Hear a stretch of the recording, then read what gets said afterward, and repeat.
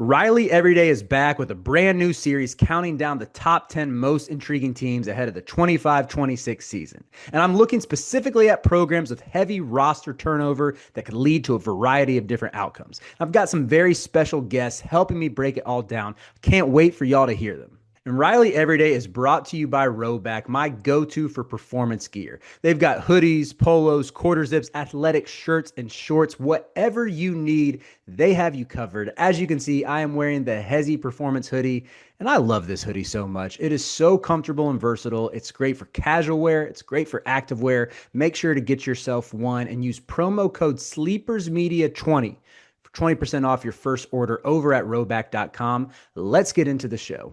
Top 10 most intriguing teams ahead of the 2025-2026 season. Today, I am joined by Christian Sykes, who covers Alabama basketball, among other sports, for Crimson Crossover. Christian, thank you so much for joining us, man. How are you doing? Man, I'm doing great. I'm happy to be talking some basketball. I know it's beginning of September, but it's always good to talk a little bit of ball.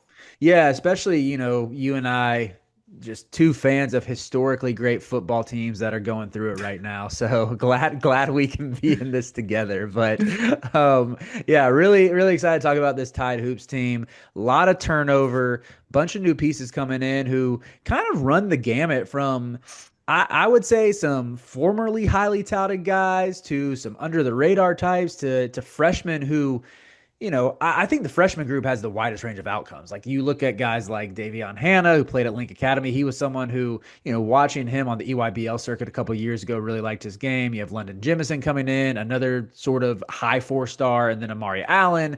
I feel like those guys could range from, being end of the bench type guys to even working towards 15, 20, 25 minutes a game.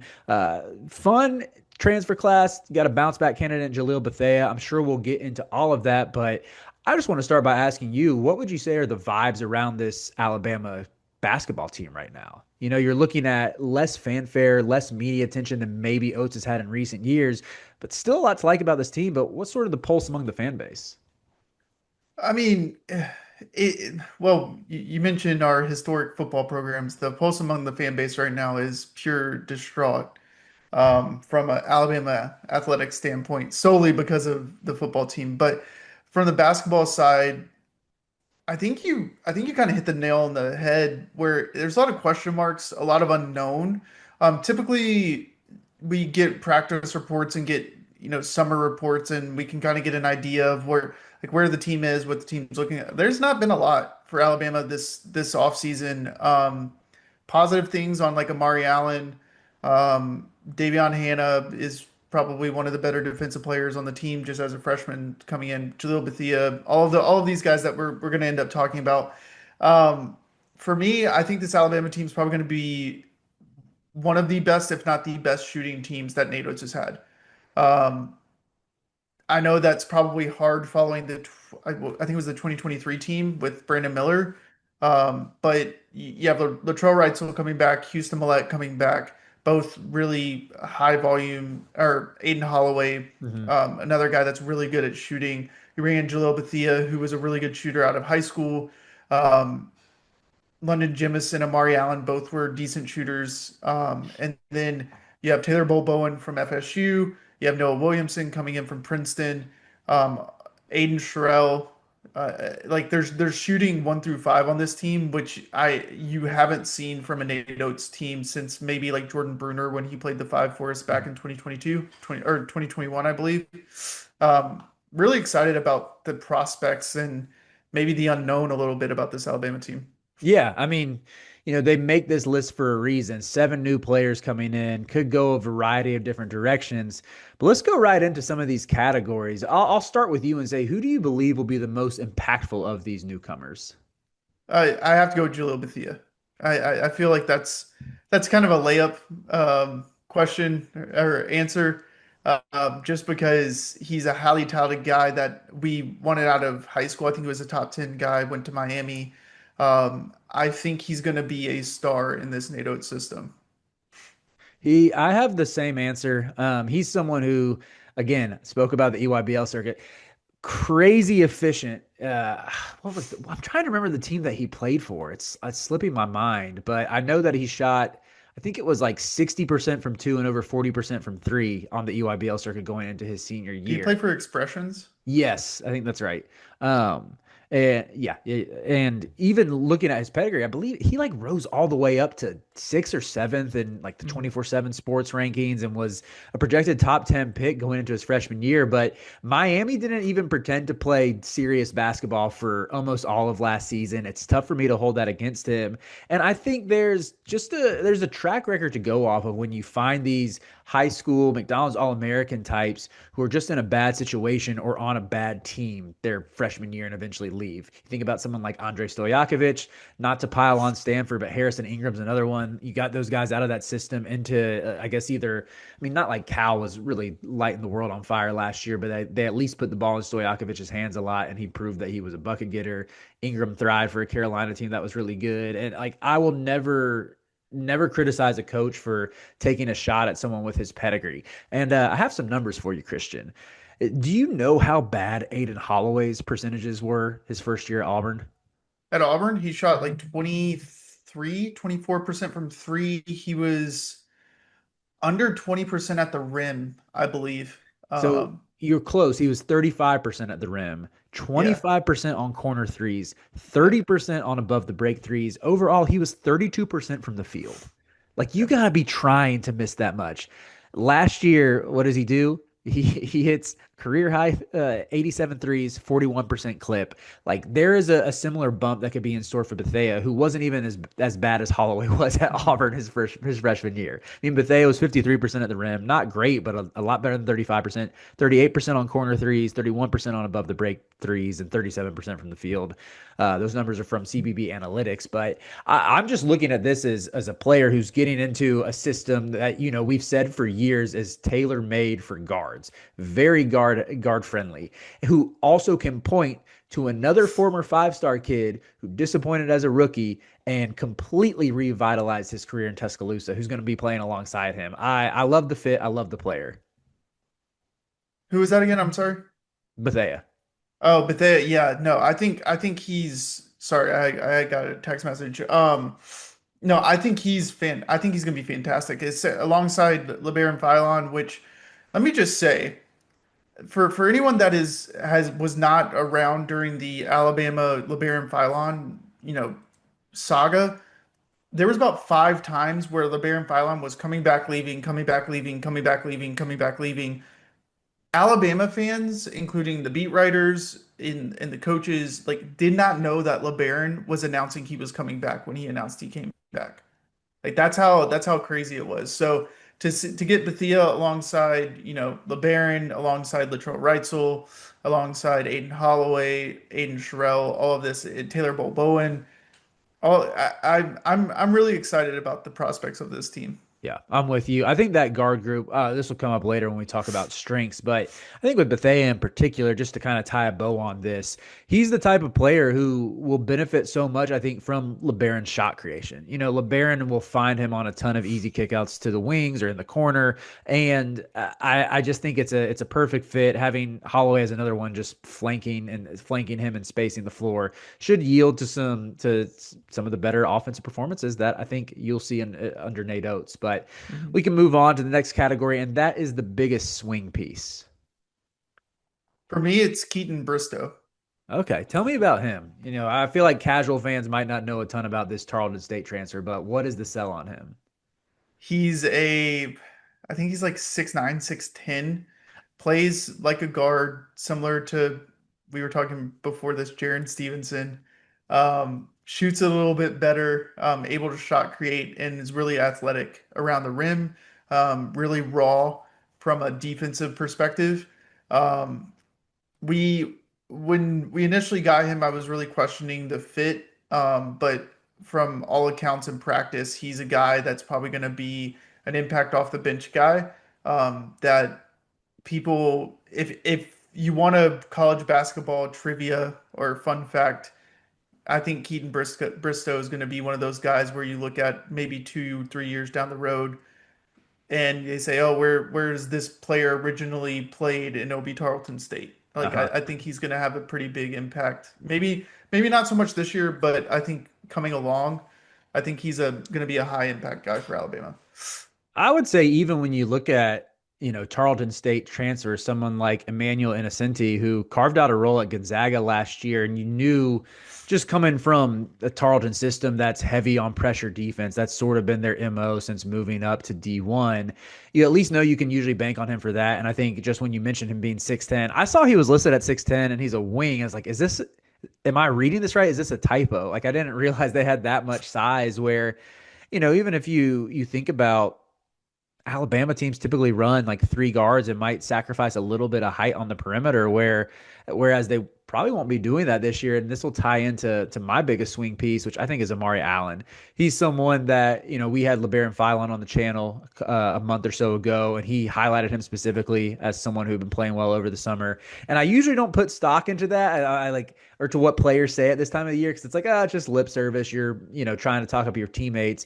But the previous year when we had Grant Nelson on our draft show, he highlighted LeBaron Philon as someone who was tearing it up in like the offseason practices, to where I had to take that seriously after that, where LeBaron, we heard those practice reports, I guess this time last summer, and he lived up to that hype and then some. I know he had some ups and downs, but you could just tell, like, by far the most talented player on the team, and I think has the brightest NBA future. So I'm putting stock into what LeBaron's saying about Amari Allen, and just when I watch him, like, I don't really know how he'll do in terms of getting to the rim. I think he is a little slight of frame, and I don't know if he'll be able to finish through contact right away in the SEC. But at his size, to have his handle, he's got really quick change of pace, good acceleration, like when he's coming out of his moves, and he's got that really good looking shot. Like, he shot 41% on the three SSB circuit. And to me, it's like, this goes back to what we said at the top about these freshmen could play a variety of roles. I could see him, maybe being eighth, ninth in the rotation if he can't pick it up quickly. There's a world where Allen comes in and he's like the sixth man on this team. We'll say maybe seventh behind Wrightsell or something, but and can just provide a ton of versatility with his height and create mismatches. Well, I'll give you guys at Sleepers a little inside information. At some point during this summer in July, I was told by three different people Mari Allen would if the season started at that time, I don't know how it is now. Amari Allen would have been the starting three for Alabama. That's a bit of a scoop. So would that mean we'd have LeBaron at the one, Aiden at the two, Allen at the LeBaron at three? the one, it would be Bethia at the two. Wow, and Holloway coming off the bench. Yeah. I mean, he thrived in that role last year, and in some sense, you could say like if it's not broke, don't fix it. So maybe that happens, but yeah, that makes me feel better about calling him my swing piece. I loved watching this kid's high school tape and just seeing where he was ranked. I think 24/7 Sports still had him in the 60s. I'm like, uh, you don't see that many guys of that size handle, make smart decisions. I mean, it's the classic cliche. He can dribble, pass, and shoot. And yeah, again, some of those physicality concerns, but I think Oates can still work with him. So very excited to see what he ends up being. But what do you envision this team's biggest strength being? Shooting. I 100% shooting. I think I'm with you on that as well. If we're looking at Phylon, Wrightsell, Holloway, and theoretically Bethea. Allen too. And Millette. Yeah, Millette as well. Do you think Millette will really factor into the rotation though? Yeah. Oh, wow. You think he'll like when you're looking at some of these freshman guards like Davion Hannah, do you think Millette will still be ahead of him? Like, I know Hannah's Millette was our best shooter during the summer. really. Yep. Was he, because he was someone to me where it was kind of an afterthought last year, and I would have just He had an injury. okay. So you think it's just more Uh, so getting comfortable in the system and sorry, he had a injury. He got a medical red shirt. He played the South Carolina or the North Carolina game. yeah, I remember seeing Scored him. 9 points. Did he really? Yeah. I've blocked that game out of my head, Christian. I'm pretty sure he shot like 60% from three in that North Carolina. He was like That's two of three, two yeah, of but three or something. everybody was making threes against North Carolina that game. Yeah. Y'all were ahead wire to Um, wire.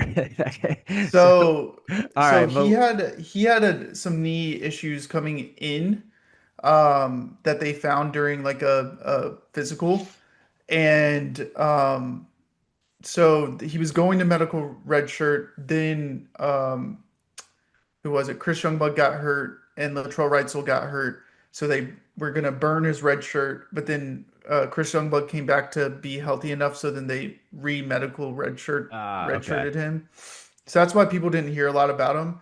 But he's a guy from Pepperdine that shot 40+% from three. He's a highly effective shooter, a really like tough like effort guy. Um, but I think he's going to have a role. I think Amari Allen's going to have a role. You know, Aiden Holloway, LeBaron Philon, Latrell Wrightsell, Jaleel Bethia. Like that's six guys that could maybe not LeBaron, but six guys that in theory could shoot 35+% from three Hmm. next season. I wouldn't be surprised to see LeBaron get there. I don't think, Also, Taylor Bowen yeah. shot 40% from three. So Bull Bowen, it will hit on him in a second because he's someone who I was pretty impressed with in spurts watching Florida State on a team that didn't really have much outside of Jameer Watkins. But yeah, so with Houston Millette, I remember, okay, for one, he only scored 6 points against North Carolina. Let's not oversell that. But I like remember seeing him in a handful of games in the non-con early part of SEC play. I just looked it up. I mean, he missed like the last 20 games after they Mhm. re-redshirted him. But so I was like, wait, was it? I don't think I'm going crazy that he wasn't a Mm-mm. factor last year. But yeah, man, as we hash this out, I think there's part of me that wanted to lean more on the defensive side of things, primarily the length. When you're looking at someone like we know Phylon can be a menace at the point of attack, but now, I mean, you have just a deep group of guys around him to put more length on the wing. Like if you put Bethea at the two and either Bristow or Allen at the three, I mean that's hard to score against. Then you factor in Bull Bowen, who's 6'10" with long arms, like, and then ideally Sherrell's able to take that step forward and protect the rim to where this might be one of those teams where you look at Oats's 6-year career now at Alabama. 2 years he's had a top three defense. Like there have been seasons where they've been really sound on that side of the ball, and coincidentally, uh, I mean they've gone far in the tournament both times. And well, I thought I was going to make a better point than that because I got my years confused. I'll say this: one of the years they were elite defensively, they were the number one overall seed, Yep. and unfortunately, the Final Four team, couldn't They really were the march. best. That was the best shooting team that NATO's had, Yeah, the the final, Final but it Four was team. the defense was ultimately what I think was kind of Yeah. like the knock on them all year or whatever. But yeah, both times that they've had that top three defense, they've been elite in the regular season. And I mean that Brandon Miller team left a little meat on the bone in the tournament, but still, like that team was good enough to win a national championship. So that to me, I think could be something that distinguishes this Alabama team and maybe I would say can make up for some of the relative lack of star power outside of Phylon. And again, that's just comparing to what you've had in recent years when you've had Mark Sears, Brandon Miller, even a big name transfer, Cliff Amourier, who even if he was like slightly disappointing, or someone like Grant Nelson who's had those big moments. So Yeah. I will say this. I think, well, going back to the leaving everything on the bone, the years that Alabama's had an elite defensive team, the reason why they haven't gotten further was because of injuries. mhm. The 2021 team with Herb Jones, Jordan Bruner got hurt, which hurt our, scoring inside. The 2023 team with Brandon Miller gets hurt. And had a groin injury throughout all of the tournament, which he had, I think, statistically one of the worst tournaments in the history of Yep. Yep. tournaments. Yep. Um, so for Alabama, one, staying healthy is critical. And then two, you're right, the defense has been a lot left to be desired. I think last year we righted the ship a little bit.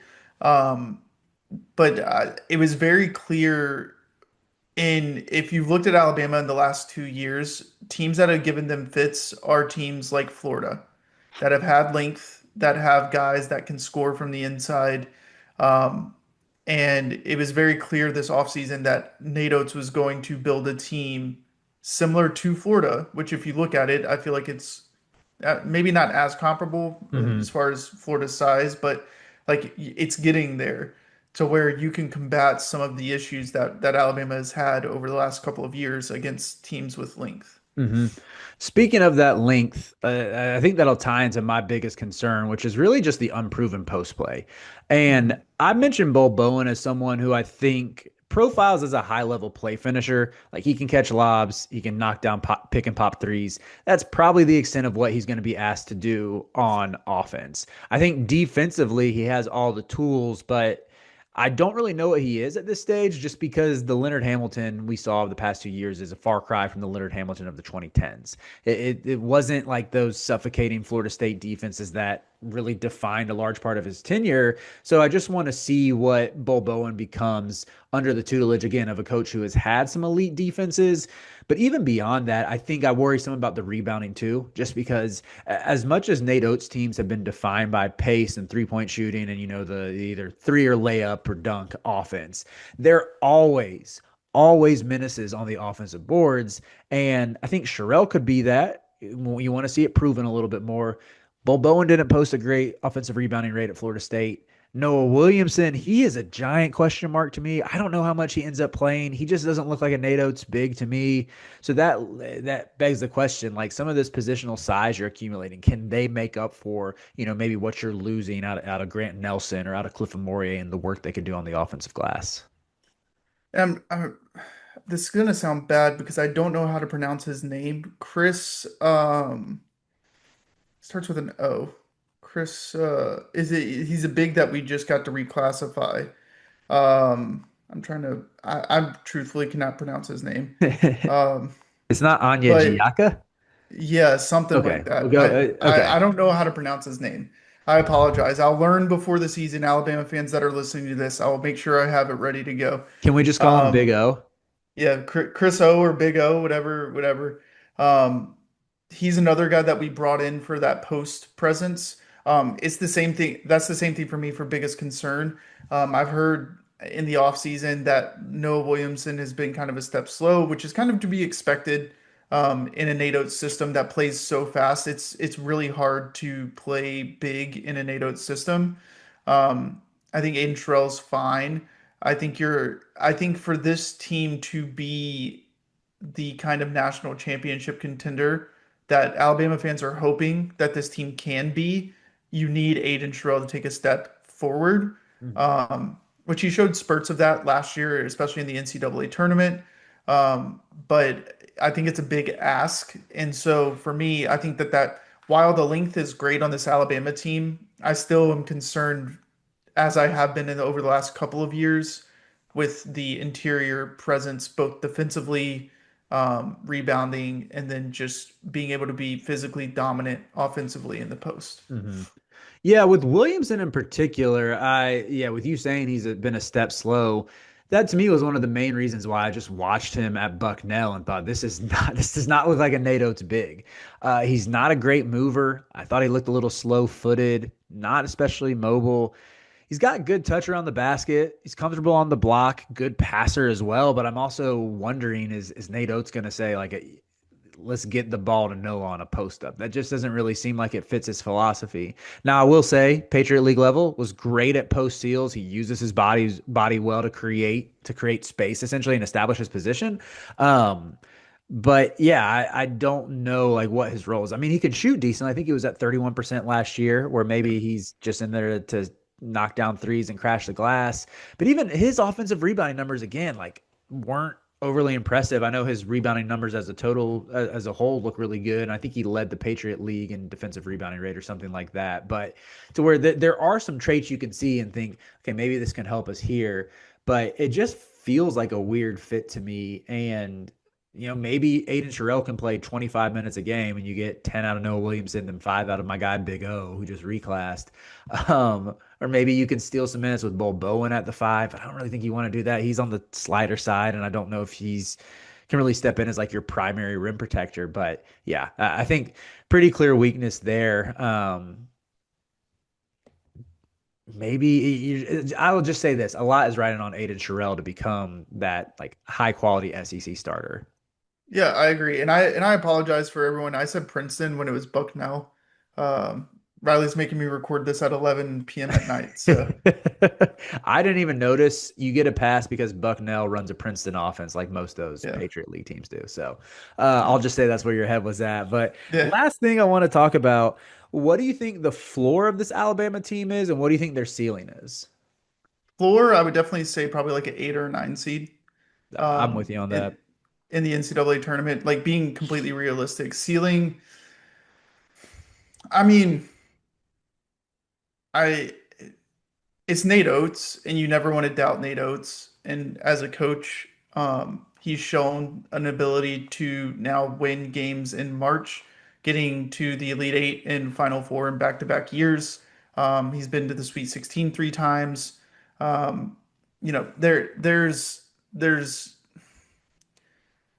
I hate putting expectations on a team, which is why I'm like trying to be very careful in how I say things because people will take what I say and then like run with it in January when Alabama's, 6-6 and they're like, what are you doing? Anyway, realistically, Alabama could be a national championship contender as a like a high ceiling, but that's not where I would put the ceiling. I would put the ceiling probably at like Elite Eight level, Sweet Uh-huh. 16, Uh-huh. maybe like a 3 seed in the NCAA tournament, truthfully. Um, but I would not be shocked if this team could w cuts down the nets in April. I wouldn't be shocked, but I'm not expecting that, if that makes sense. Yeah, that makes a lot of sense. I would say I'm with you completely with the floor. I think there's a world where they're a little bubbly. Like if it truly, let's say Holloway doesn't progress anymore and Bethea just turns out to have been overhyped coming out of high school and Bo Bowen, you can't shake any of the losing habits he might have picked up from Florida State or and Sherelle doesn't take a step forward. Like there's a world where maybe you don't I don't think all of those factors are going to happen, but let's say three of those five don't really pan out how you expect, and it's all on Phylon, and maybe he wills them to get into the tournament, but not much beyond that.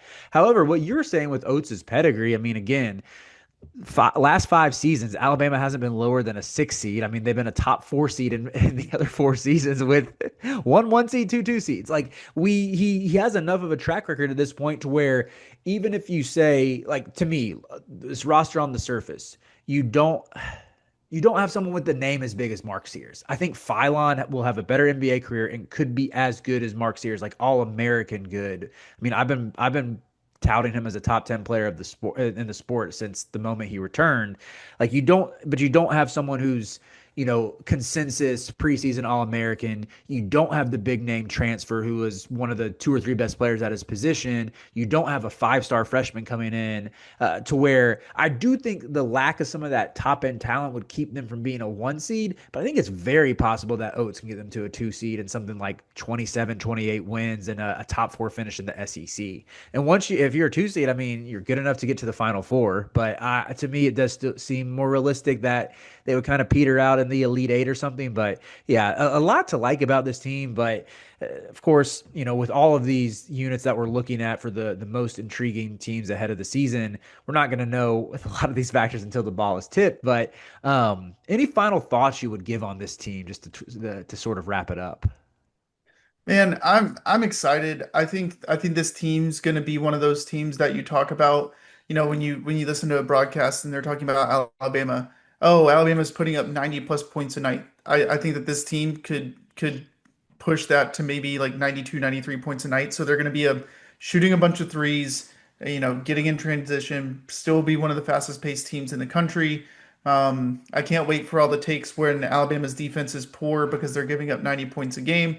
But but that's the nature of what Nate Oates is doing, and it's obviously, like you said, the track record's proven. Just excited for season to get here. Get a little bit of a reprieve from Alabama football. So uh, Well, appreciate you a ton, Christian. Thank you for joining me tonight. That is one of our most intriguing teams, Alabama.